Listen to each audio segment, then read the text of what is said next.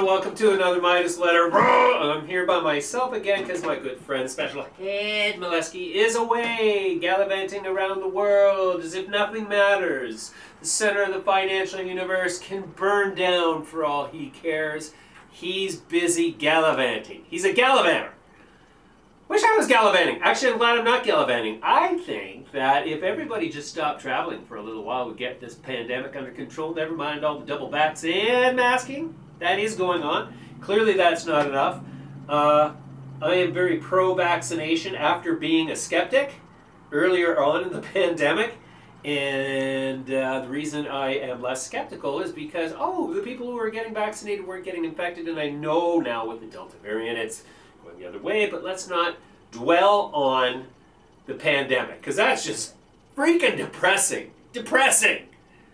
I'm tired of it. Anyways, I'm tired of it, but I also am enjoying all the time I'm getting to spend on my lovely little farm property out here in deepest, darkest Haldeman County. I'm hanging out with my dogs, my chickens. I'm building cabinets and cupboards and painting and you name it. I'm driving all this machinery everywhere and it's a lot of fun. It's a real man's business, yeah. Anyways, today's show, we continue with our affinity for psychedelics and cannabis. My guest today, and technology.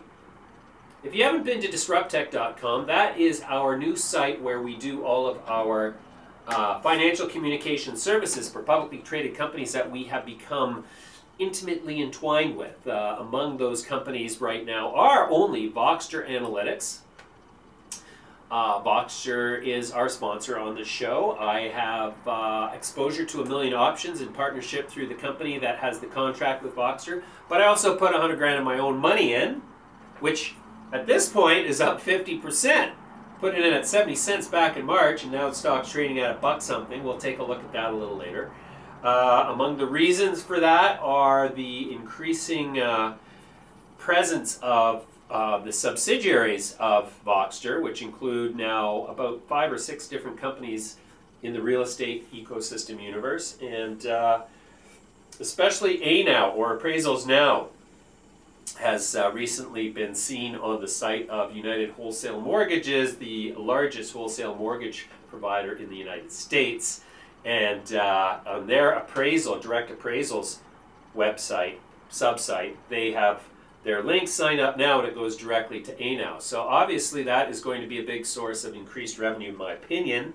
It's just my opinion, and my opinion is colored by the fact that I own some stock, and if this stock goes up, I stand to benefit financially. In other words, I'm not to be trusted. Anyways, kidding. All kidding aside, today on the show we're going to have Francis Letourneau. He is the CEO incoming of NuRAN Wireless Inc. Now, NuRAN is a company that I've been talking about for years, literally. Actually, I stopped talking about NuRAN probably back in 2017-ish because the stock was getting really bloated. Lots of cheap financing, lots of cheap paper out there. I thought, this thing's going nowhere fast. Well, doesn't it turn out that they have done a 15-for-1 rollback, and now the stock only has 30 million shares out. It's trading at $1 plus, and with only 30 million shares out, they've got new contracts. Now, on the risk side, NuRAN is operating in what we would call difficult jurisdictions, like Congo, DRC, Democratic Republic of Congo. That's a bit of a subject for debate. They're also in Ghana, and they are going into Cameroon. However, interestingly enough, they are building cellular wireless service towers in areas that are underserved. And as during the interview, not to steal Francis's thunder, but he does mention the fact that as soon as they went into this one district in Cameroon, 51% of the available audience signed up to their service. So their goal is 10,000 sites, and I'm not a shareholder yet because the stock is drifting lower, and I tend to, choose my moments. But I could become a shareholder, and we are in discussion about if I could help them with their financial communications program. And if you've been watching Voxtur, you know that the answer is most definitely yes. I can help. I can help lift that boat. But I'm choosing my clients very carefully now. So we'll see. I'll keep you posted on that. Anyways, then we'll be talking to George Goldsmith again. George Goldsmith is the CEO of Compass Pathways PLC, trades on NASDAQ under the symbol CMPS, has like a $2 billion market cap. This is like, remember when the cannabis industry got going and Tweed, which became Canopy, was the first one in and became the biggest and the best for a little while there. George Goldsmith and Compass Pathways are the first ones into the psychedelic space in Canada. They are the biggest, and they are arguably the best. They're really taking a sort of research and development approach to the whole thing, and they've got all of these different studies that they're involved with, but I'm going to let him tell you about that. And then our third interview is with Robert Grossbeck. Robert is the co-CEO of Planet 13 Holdings Inc. These guys are on our show regularly, and every time we talk to them, their revenue goes up, so I'm happy to talk to them. We'll take a look at their chart, which has been drifting lower along with all the cannabis companies, and for this reason, my good friend Charles Chirk was on the show a couple of weeks ago and said that some of these companies are screaming buys, and I concur with him. I don't have any holdings in any cannabis stocks right now because I'm being very careful. We ended up, holding the bag on a bunch of crappy cannabis deals that I'm tempted to do a real breakdown on why so many cannabis companies failed, and it's all to do with the originating capital structure. It's always about the originating capital structure with these TSX and CSE listed companies, and I'm actually preparing a segment on that to show you how to find out what the odds are of your success as a retail investor or an institutional investor if you invest in these companies when the biggest problem is that there's tens of millions of 5-penny shares out there with warrants attached that essentially constitute a major overhang in the share price and often prevents these companies from achieving success. So we'll talk about that on another show. But that's our lineup for today. I've got a few questions from the audience. And I think I'll start today's show with the Gary Gensler addressed the Senate Banking Subcommittee. Is that right? Hold on, let me look. Gary Gensler gave testimony before the Committee on Banking, Housing, and Urban Affairs, the United States Senate Committee on Banking, Housing, and Urban Affairs, talking about cryptos. And Gary Gensler has been alternatively the commissioner of the he was last the commissioner, I believe, of the CFTC, the Commodities Futures Trading Commission, a notoriously conflicted regulatory body that is essentially the mantle of credibility that the big commercial banks use to control the price of commodities and the futures price of commodities. And that's not a good thing. Not a good thing. Sounds like conspiracy theory. Well, it is a conspiracy.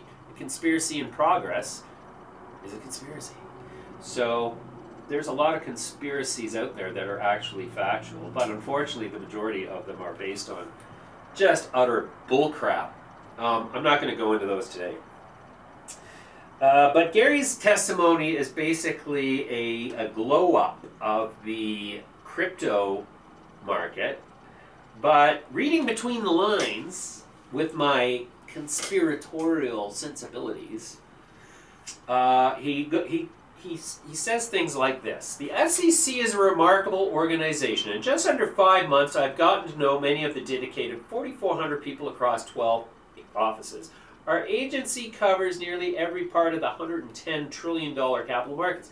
Now, why does the head of the SEC have to tell that to the U.S. Senate Banking Committee? You think they all don't know that?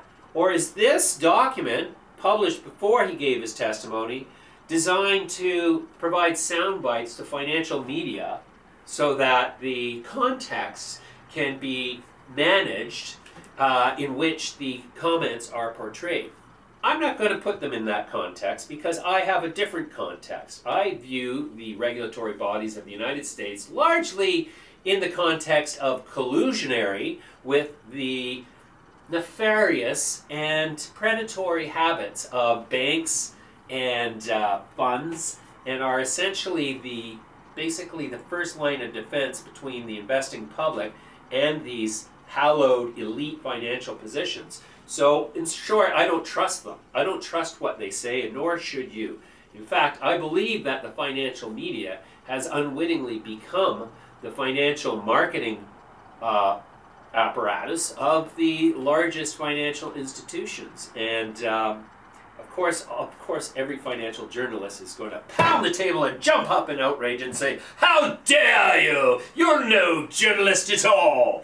And this is true. I'm not a journalist, which is why I'm quite willing and able to call into question the credibility of journalists operating in the financial sector. And I'm not gonna paint them with the fake news thing. I just think that they are more often the shills of the largest capital pools in the world than they realize.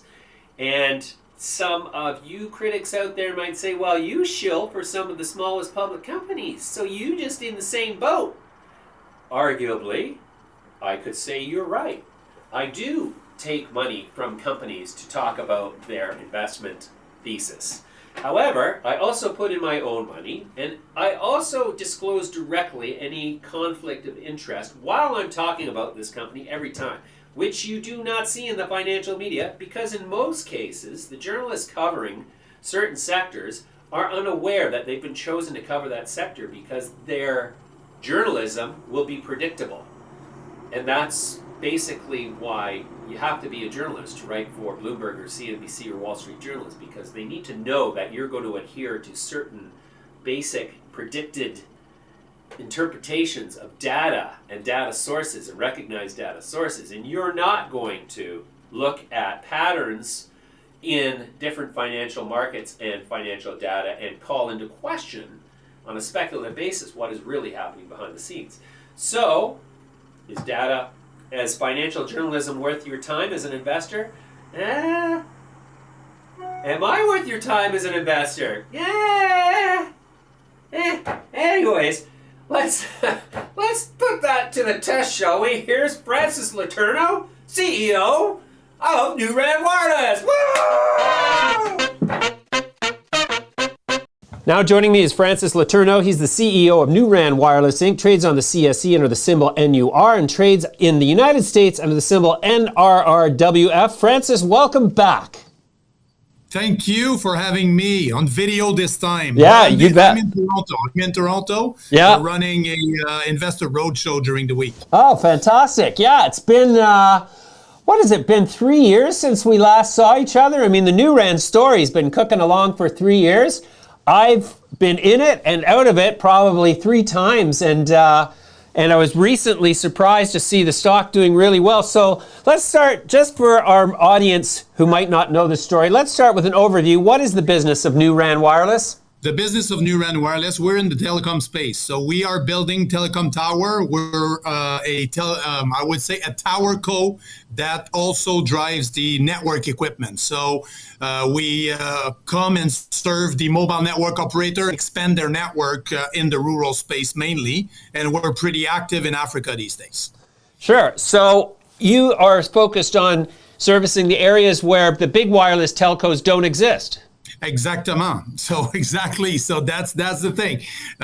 We are an extension of TELUS, for example. But in our case, we're talking about Orange, or it could be MTN, Airtel, Vodafone. So where they don't go, we go. and we make a good collaboration, and we bring back revenue. So they expand their market share, they expand their number of subscribers, and we are right in the middle of it, and we share those revenue together. You bet. So we made some kind of a major shift since I joined as CEO of the company last year, exactly at the same time. It was like a beginning of September. And we made that shift to become a network as a service company. So we come, invest, put the infrastructure, we manage it, and we also the airtime to the site. So we manage everything from A to Z, including the connection to the backhaul. We are, in a nutshell, an operator ourselves, but we operate under the NuRAN brand, if I may say that. Okay, so is that the main change that's happened in 3 years? I mean, the stock's basically done a 10x increase in value in the last year. Is it the transition to network as a service that has caused this explosion in price? Exactly. We had developed the probably the best or the best purposely built product for that market. But bottom line, the investment was just not there. So we needed to make some kind of a business shift and becoming this network as a service. It serves a couple of purposes. First of all, we now have the ability to raise capital and to put those on infrastructure on. But the other thing also is that instead of waiting for people to buy your equipment, you then control your entire sales cycle. You're the one investing. You go and you deploy those network. And this is how we have built our thing. And this is really the shift that brought us here. So we signed the first contract. Last year, it was signed on the 4th or 5th of September with Orange Cameroon for 122 sites. A site is the tower, the fence, the power, the satellite equipment. So it's what you see on the roadside when you are driving, for example. You see those large towers. That's exactly what we do today. Okay. But that shift that we've done is now creating value for our shareholder because we have switched from a CapEx selling products to a more sustainable, predictable revenue stream for the company. So it creates more value, and the EBITDA is quite fantastic. Fantastic. So how many countries are you in now? How many people are you serving? What's the sort of stats on the company? Yes, so that's a really good question. This is exactly where I wanted to go with you this morning. So we had our first contract of 122 sites with Orange Cameroon. We are on the verge in the next 6 weeks to have 48 sites deployed and the remaining of the 122 sites done before year end. And these sites will be generating $20,000 a year. So times 120, it's around 2.4 million.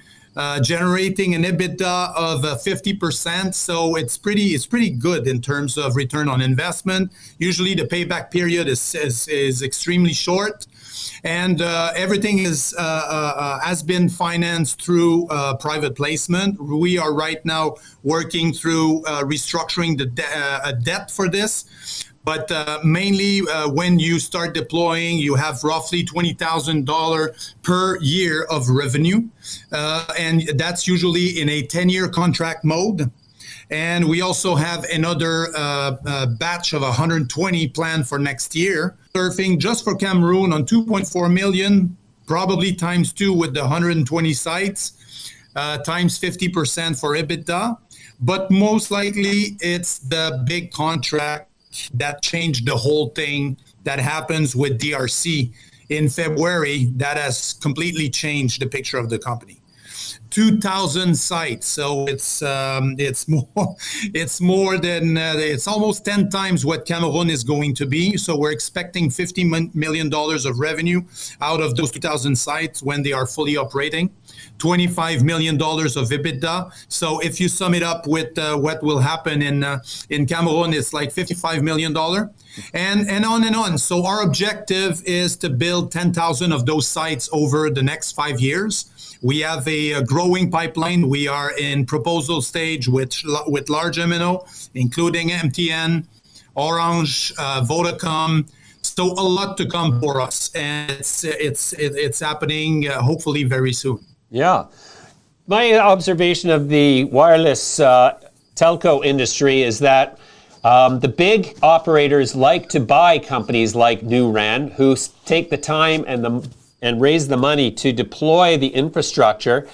Have you had any interest from major telcos yet, or are there any partnerships in place with any major telcos that might be indicative of a future buy? If it comes, it will not come by the operator, but the operator really likes the fact that we're building asset, and those assets could be transferred to the operator themselves. We are more a target for tower companies, I would say, or satellite company, and those are big boys. And actually, we just made a strategic partnership with a satellite company called Amos Spacecom that was announced in July. Part of a private placement we did. So they came in with 4 million, and that 4 million, they requested that it go straight into building sites for DRC. DRC stands for Democratic Republic of the Congo. But Amos is here. They've been invested. They are now 9% shareholder of the company.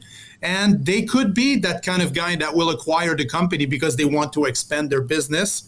But down the road, it's not in our plan to have a phasing out of the company. We want to build something big. The 10,000 site would be generating something around 250, 272 million. Times EBITDA that I just mentioned, 50%. So the company is looking forward for huge growth, and probably that 10x that you were talking about, it will be another 10x if we are able to achieve all of this. Sure. And we are fully dedicated and committed to make that happen. Yeah, you guys have been persistent in this goal, and that's why I'm really happy to be having this conversation again, is because what was told to me by the former CEO Renee and you guys previously is essentially what you said you were going to do. And so my level of confidence in you achieving this is gone way up. And I have to disclose that I'm not a shareholder at this point, though I'm looking at becoming one. Though I'm looking at the stock, it's been under a little bit of pressure recently, and I'm thinking to myself, should I be buying it now, or is it going to continue to give me an opportunity at a lower price? I'm also, like everybody, a little bit of FOMO. Am I going to miss the boat if it takes off? Yeah, so there are contracts that will be coming. Obviously, we've been working with those large telcos. So I think the drop down was maybe mainly due to it's summertime. It's been pretty quiet. There has not been any major announcement, but there will be some of these announcements that will come shortly. We are also working on debt package to refinance Cameroon and DRC as well, and we have recently done a video. Jim, our CFO, has done that with Frank Candido. And they've been talking about the new capital structure we're trying to create to bring debt in the company, avoiding dilution. So should we avoid dilution, then at the end of the day, it creates more value for the shareholders. So the stock should go up, but I shouldn't be disclosing or talking about how the stock should behave. But between you and me, it's the right timing for somebody to jump in. Hence the reason for doing that roadshow this week. You bet. Okay, so then what are the major catalysts for the rest of 2021 and into 2022? What are the targets that you are confident you're going to achieve in terms of corporate milestones? So this is good. So you did that. By the way, I'm recorded, huh? Yes. Yes, exactly. So First Sight Live, this is extremely important. It will validate the business case. It will demonstrate to people that our assumptions for number works, first of all. Second thing is the debt structure we're putting in place, because should the investors see that we have a way forward with the debt, that will create a huge humph to the stock.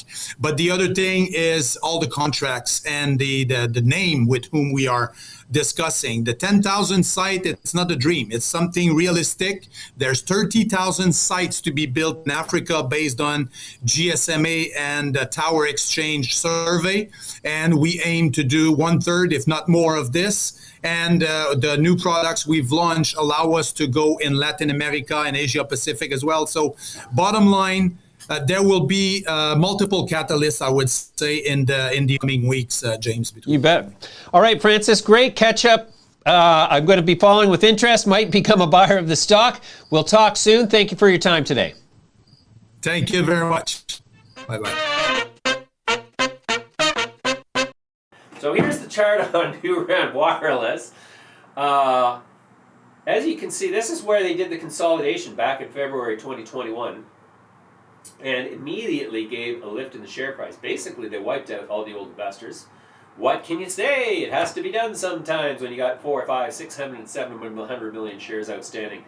But so now they are still deteriorating because they still had a bunch of shares out that are still, having a negative impact. And but it looks like there could be light at the end of the tunnel here. And I know that the company's doing a roadshow this week in Toronto and Vancouver, and I think that's probably the reversal. They're trying to draw attention to the fact that the NuRAN Wireless that they were is not the NuRAN Wireless that they are now today. And so, interesting to see, they got cash, they got a tight share structure now, and so if they continue to hit the milestones that they have been achieving, and the revenue does materialize, and the margins that they're expecting, which are around 50%, do filter down through gross margin, through gross revenue, through EBITDA, through, what's the other, this is Edward's department, I wish he was here right now, the other goodwill scrutiny. If it actually does come down and become earnings per share, then NuRAN could be, in fact, the latest, greatest new hot rod that nobody really is paying attention to. So this is why, especially with only 30 million shares out now, at $1.63, it's basically trading at, 40 million bucks, 42 million bucks. So we'll be keeping an eye on NuRAN. Going back to Gary Gensler, I never finished that story. So this document that I'm looking at, so this testimony is interesting because it does nothing to articulate any clear policies.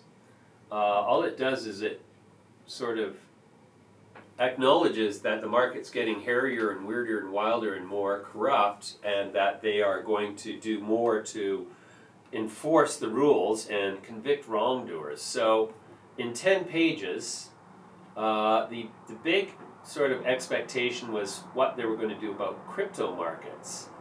And he basically says that with respect to investor protection, we're working with our sibling agency, the CFTC, of which he was formerly head. He doesn't disclose that in this document. Our two agencies to have relevant and in some cases overlapping jurisdiction in crypto markets. But the interesting thing is that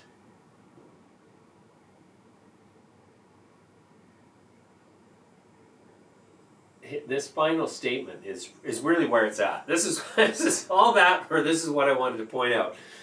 He says, I am technology neutral. I think that this technology has been and can continue to be a catalyst for change. But technologies don't last long if they stay outside of the regulatory framework. I believe that the SEC, working with the CFTC and others, can stand up more robust oversight and investor protection around the field of crypto finance. So far from sort of creating the perception that they were 100% behind the crazy crypto universe, it looks to me like there's a warning here that if you're in crypto and your crypto is not part of the regulatory framework, then look out. And as the central banks around the world roll out their central bank digital currencies, I believe these are the weapons of crypto destruction designed by the banking establishment globally to undermine the growth of cryptocurrencies and to ultimately destabilize their credibility. And so, yes, I know, it sounds crazy. Even El Salvador is accepting cryptocurrency as a fungible.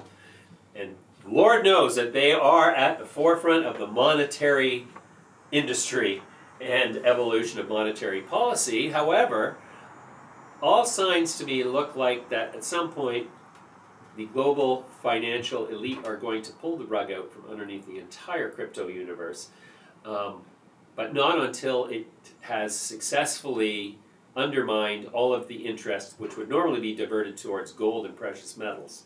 So, I mean, it's just so not fashionable to talk about this stuff now, and everybody just groans and goes like, oh, another gold guy. I had a guy call me up. He was working for a marketing agency, and he wanted to tell me about a gold mining company trading on the CSE, and I was like, son, let me save you some time there. I have ridden so many gold companies up and down into the dirt that the net experience has been the opposite of what has been for Mr. Eric Sprott, let's say, in that he managed to extract a fortune and I managed to divest myself of a fortune. Though for me a fortune was nothing like what it is for Eric, because I practice what is called modulated ambition. In other words, I make sure I don't make too much money and don't create too many situations for myself where my money actually controls me, which is the case of the largest billionaires in the world, though that's another subject altogether.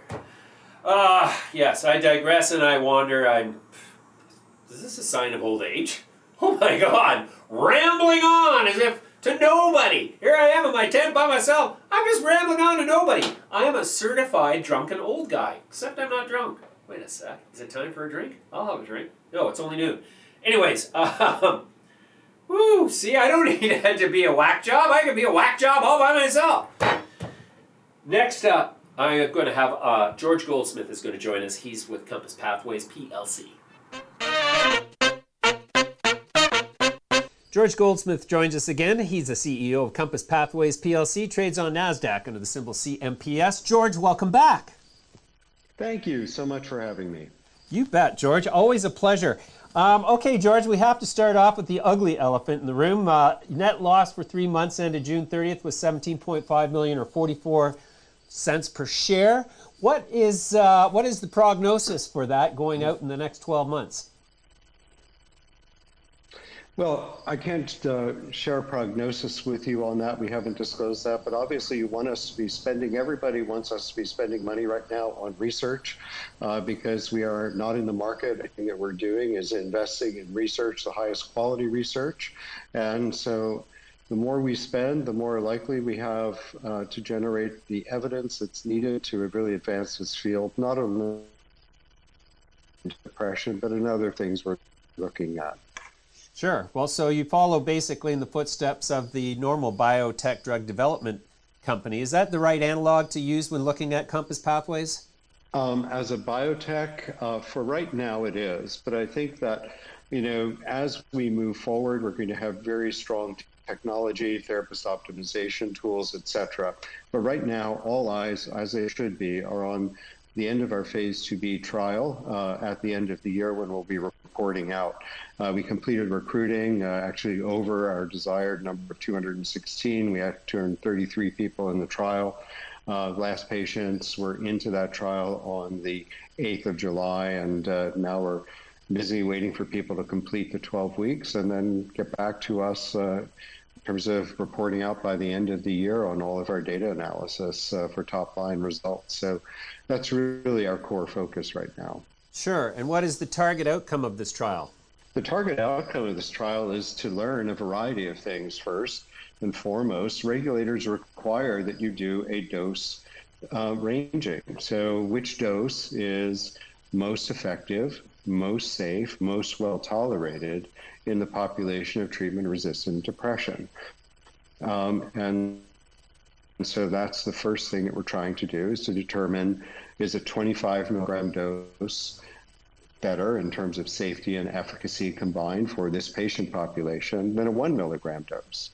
And is a 10 milligram dose better than a 1 milligram dose after we assess the 25? The goal is to simply figure out what is the dose that we're going into our phase 3 pivotal program with. That's the core focus that we have had in this study.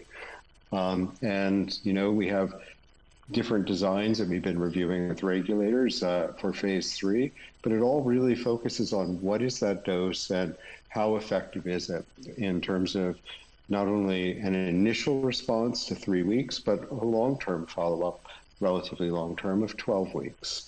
And that's what we're taking out of this study. Okay, that's interesting to me because I have a chronic case of treatment-resistant euphoria, which I believe is induced by a regular exposure to psilocybin, among other things.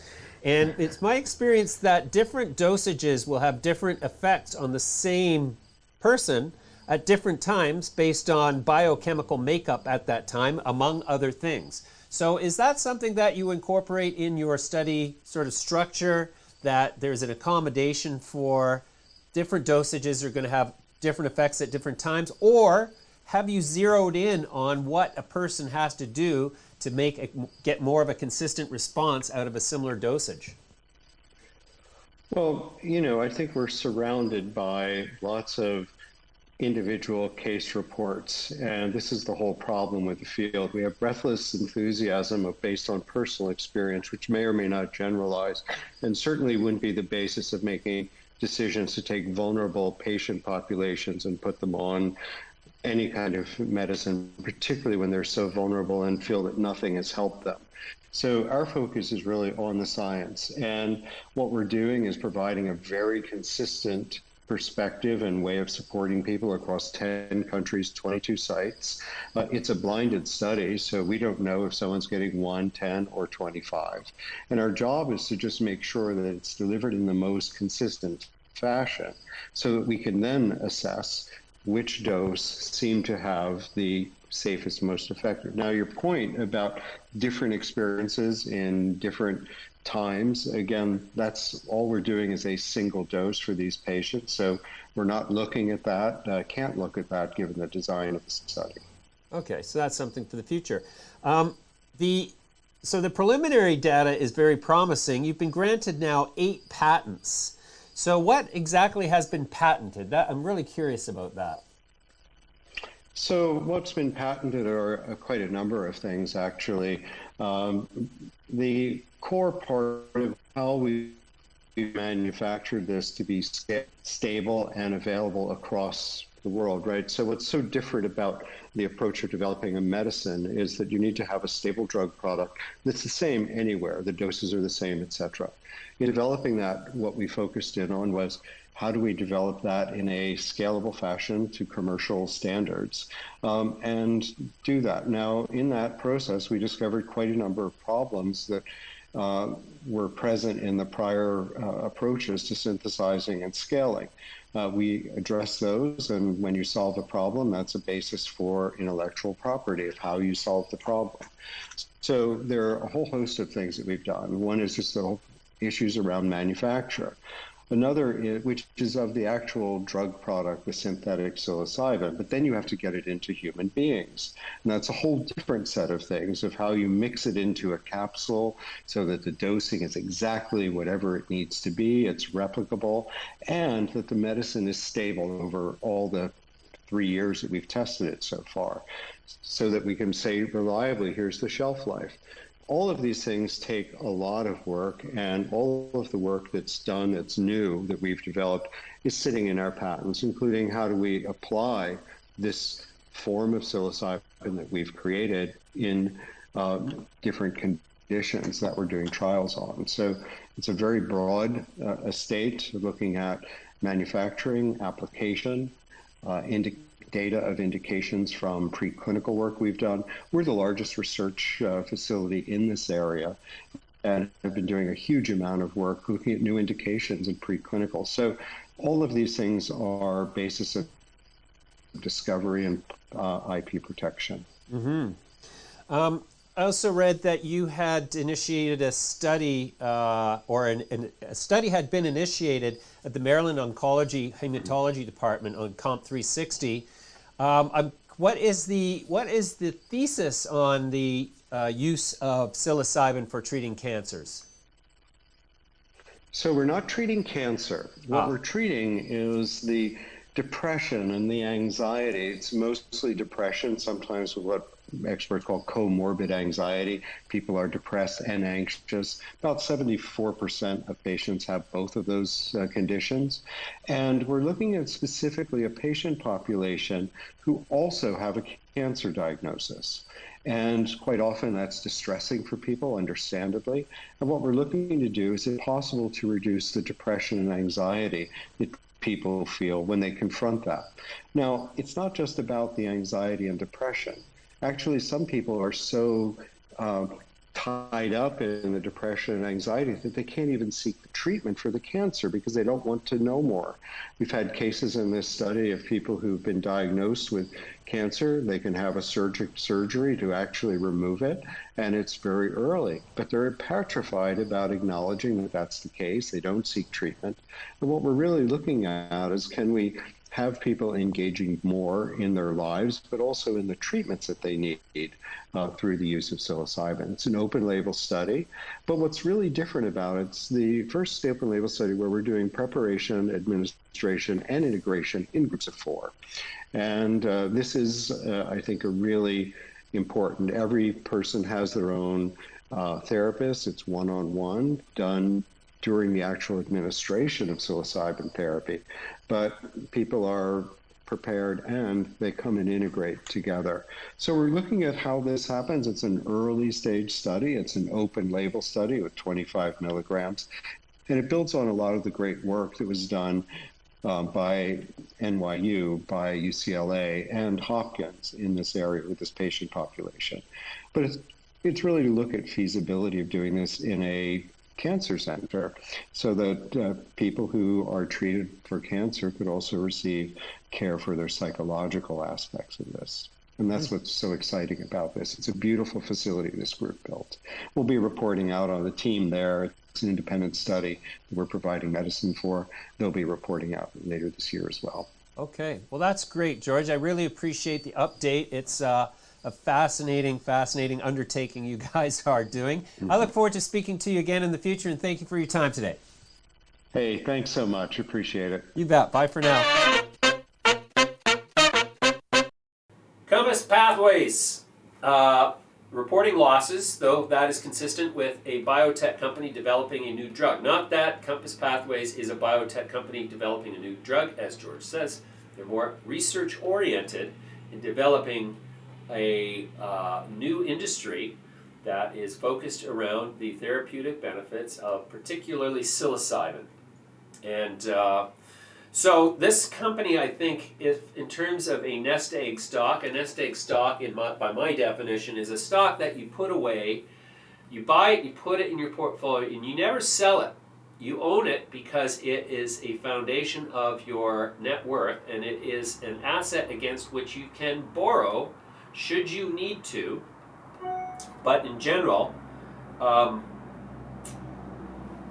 big capital pools grow so big because they buy nest egg positions and they don't touch them. They might borrow against them once in a while. Anyways, I think Compass Pathways is a nest egg stock because this industry is going to get huge, and it's NASDAQ listed, and it's got all of the sort of credibility associated with the NASDAQ listing. There are other ones listed, but at this point they are now also RANs. So for me, Compass is the one to watch, and it will be the bellwether of the industry for quite some time to come. Okay, what else do we want to talk about? I'll take a couple of investor questions now, because the investor questions have become one of my favorite things. Also, but I wanted to give you, never mind that, here's some of the bigger news items that happened in psychedelics this week. Mike Tyson said Wasana Health, the psychedelic wellness company he sits on the board of directors of, will commit $1.5 million to assess the viability of MAPS MDMA-assisted therapy to treat traumatic brain injury. Blah, blah, blah. The CEO of MAPS will be on our show next week or the week after, not entirely sure there yet. And so we will be talking to him about these different programs. Compass Pathways announced that they had acquired intellectual property portfolio including a variety of psychedelic and pathogenic compounds, some of which are prodrugs. Don't ask me what that means. Audience questions. JD says, what do we think about the recent surge in commodities like aluminum, steel, and natural gas? Do I see the uptrend in commodities continuing, especially with the global slowdown from COVID again? Also, would love to hear insights on the uranium sector that's been hot recently. Thank you.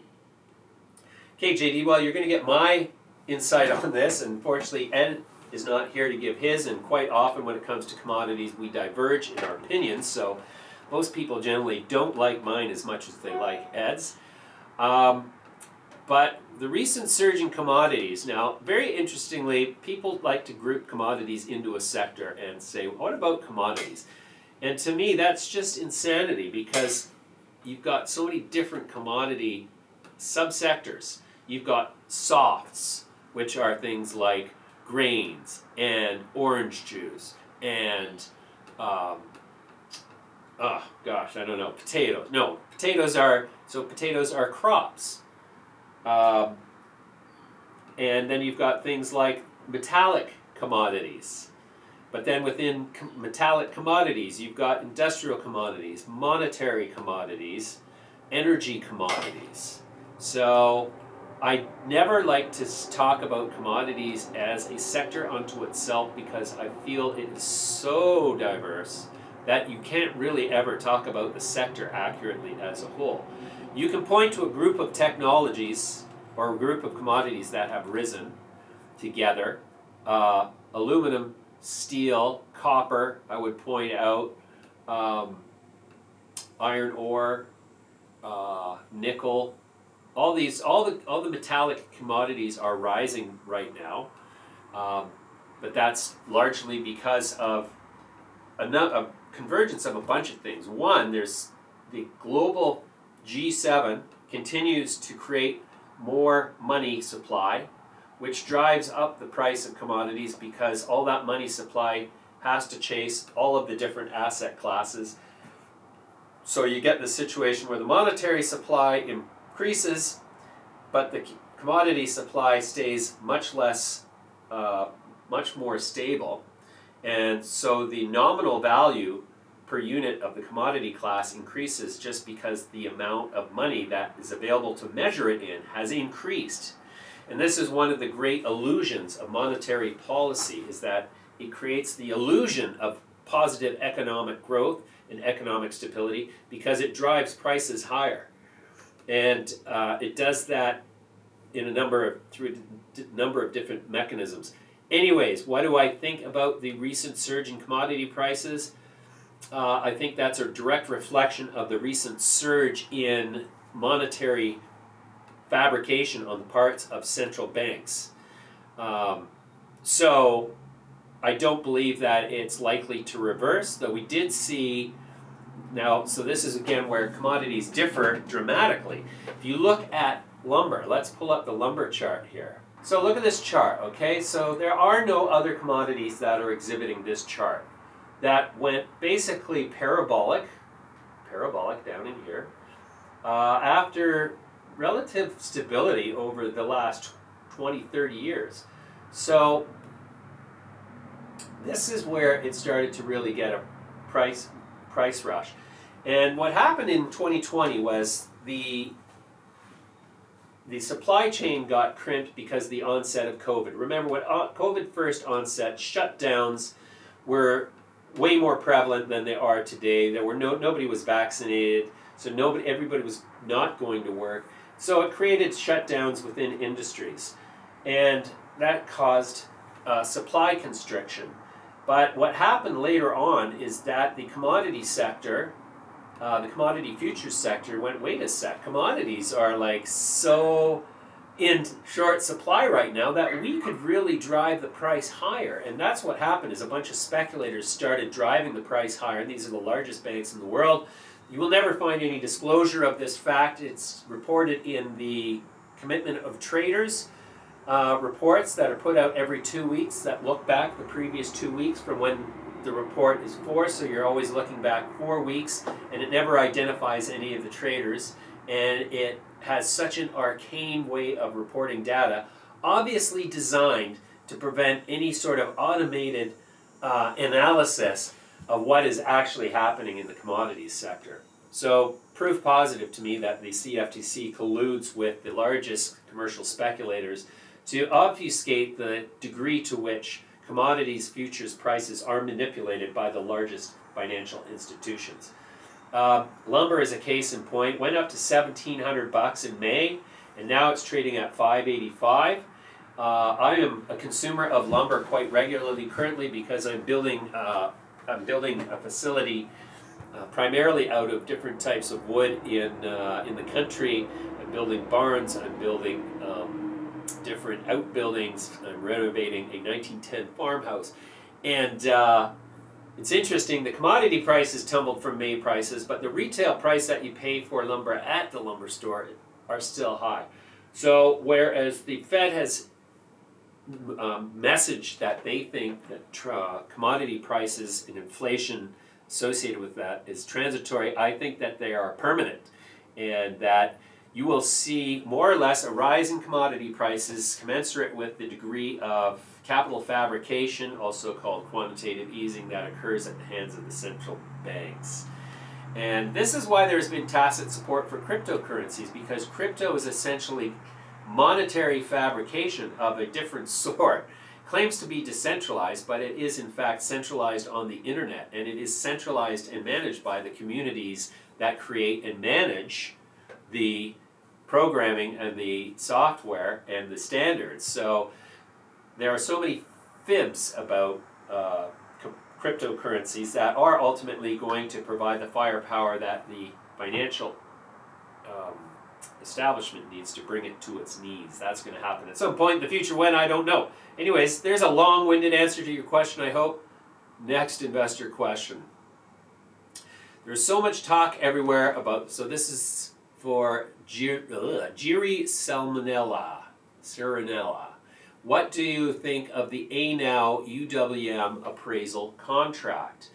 Well, as a shareholder in the company, as an option holder in the parent company of ANOW, which is Voxtur, I am excited about that because the fact that ANOW is clearly the default appraisal service provider to United Wholesale Mortgage, United Wholesale Mortgage being the largest wholesale mortgage originator in the United States and a multi-billion-dollar NASDAQ company of its own right.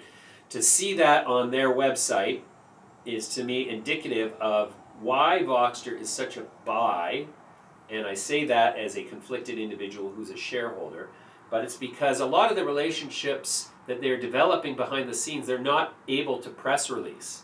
So I happen to have some knowledge of other companies with whom they have done deals that will not be press released, and I will not talk about them until the information is otherwise public, because that would put me in a position of conflict with the public interest and more the regulators' interest. So I never talk about stuff that's not already public, except as a, unless it's sort of classified as an innuendo. But, so what do I think? I think it's great. Obviously, I'm a shareholder in the company. I still have not sold a share, even though I'm up 50% in my investment.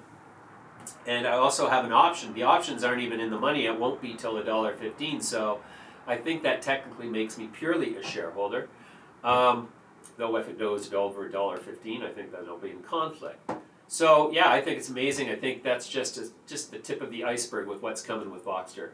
Okay, then Mr. Minaj wants to know, there is so much talk everywhere about a correction coming in U.S. equities. Does this mean it's time to buy? Yeah, well, that's contrarian thinking, I suppose. I don't believe there's anything more than a brief correction ahead in U.S. equity markets, because the volume of capital, the liquidity in the market is just so great with all of the quantitative easing. They're still printing at $120 billion a month. That's $1.2 trillion a year. But actually, if you consider the effects of fractional banking, it actually adds $1.2 trillion to per month to the liquidity pool. And then from that number, the buyback credit is exponentially extended to the companies buying back their stock to create the illusion of upward movement.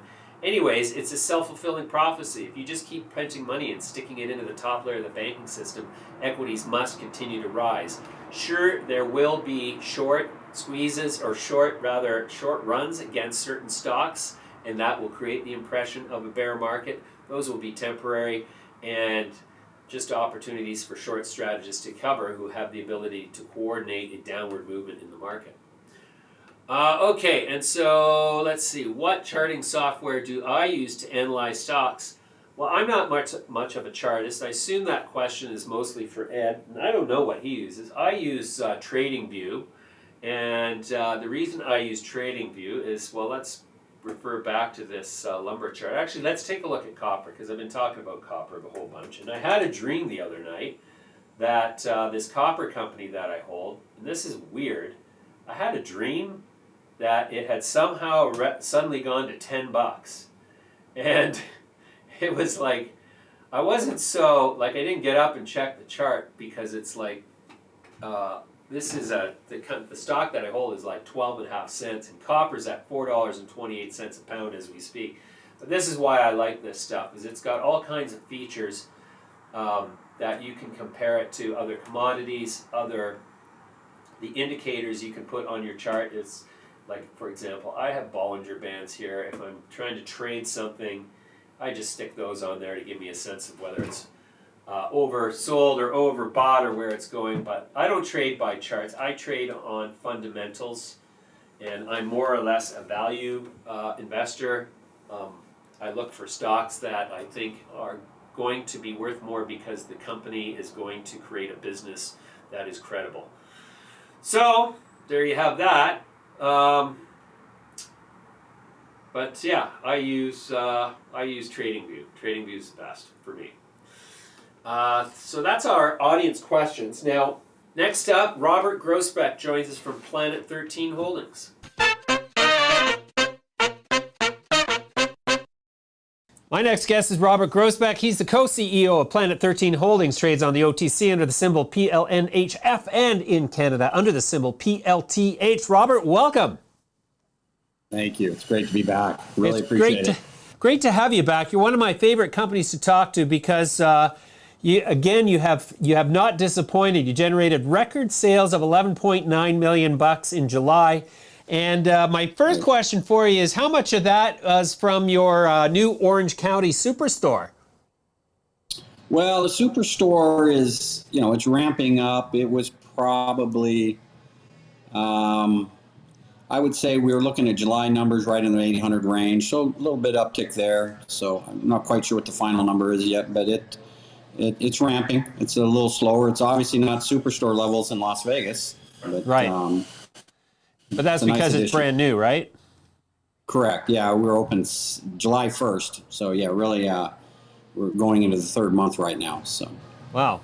Okay, so then most of those sales are coming out of Las Vegas. Correct. Yeah, the Superstore is really the driver, and we've been very, very happy with the traffic through the facility. We're literally, as you and I are talking now, we're in a construction zone, so we've got a big expansion underway. We hope to have that completed here in the next several weeks, but we think that will drive additional traffic and obviously revenue. So as we head into the busy concert season.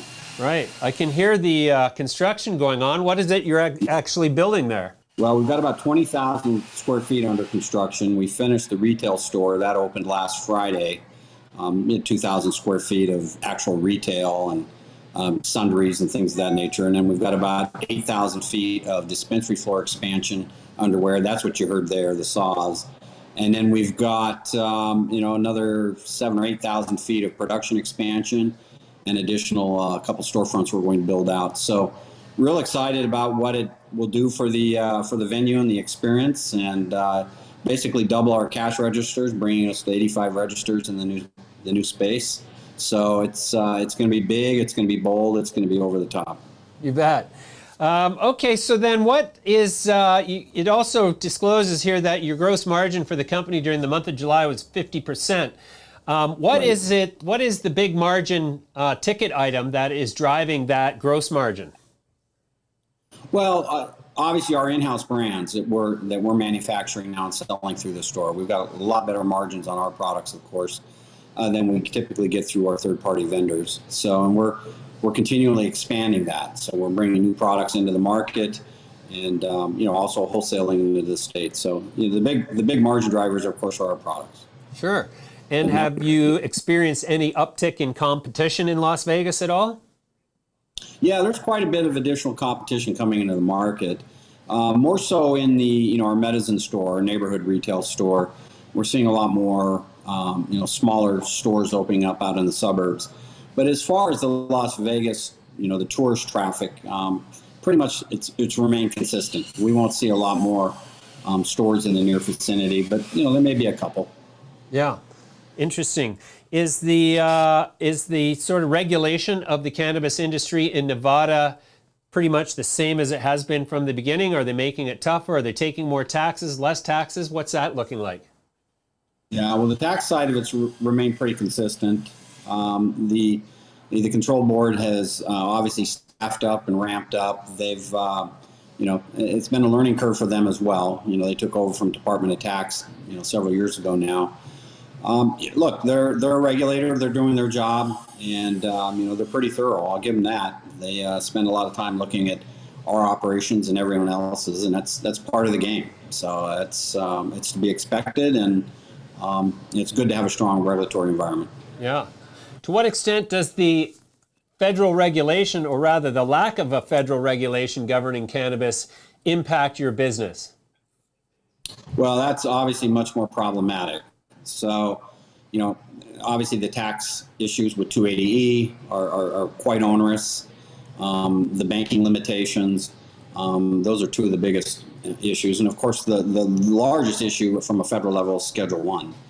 And it has a very significant impact on how we operate, where we operate, what we do. I think it's imperative that we get some kind of federal relief, here, but unfortunately, we can't seem to get anything out of Congress. So we're going to continue to move forward and, build our platform and build this model in other jurisdictions. But, we're always hopeful that something meaningful will happen in Washington.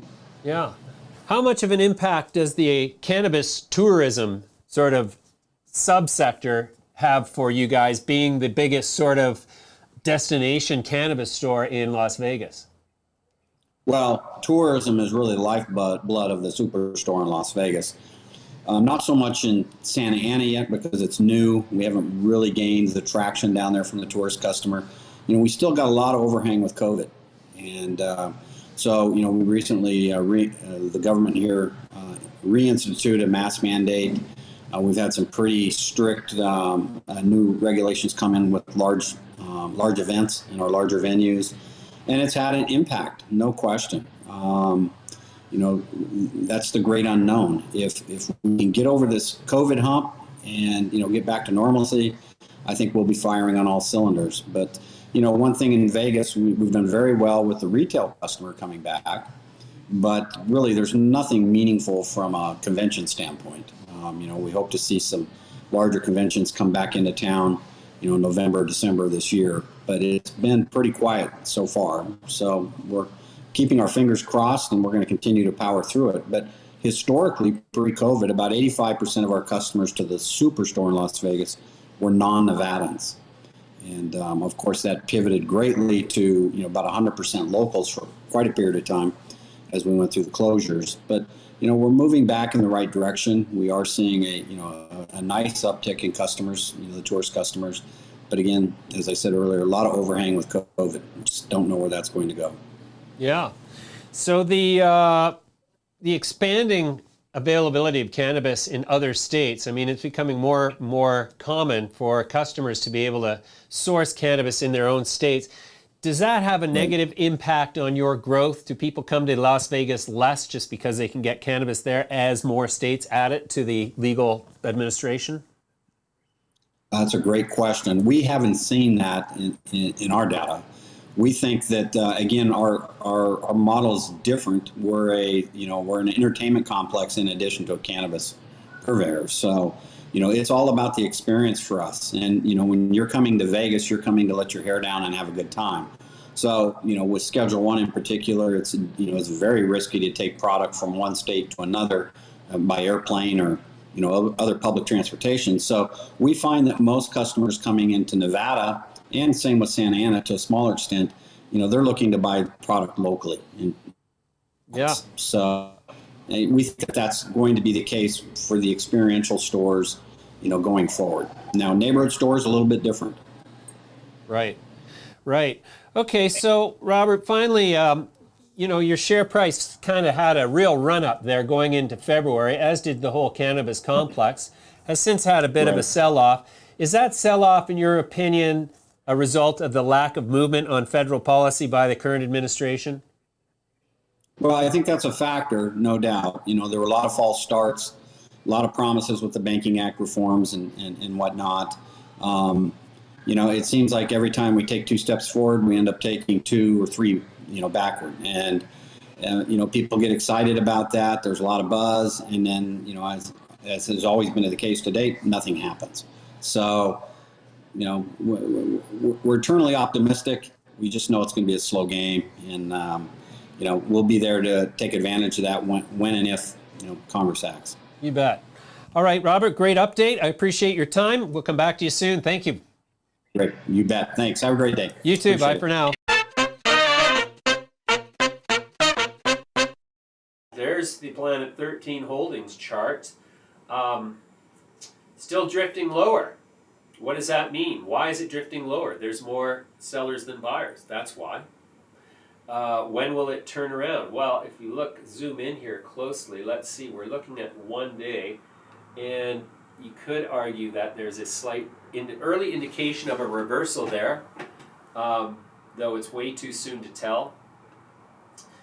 I think these stocks are going to turn around. I think companies like Planet 13 that have significant revenue growth and significant EBITDA growth are the companies that are, in fact, at these levels screaming buys, as per the comments of Charles Turk just a couple of weeks ago.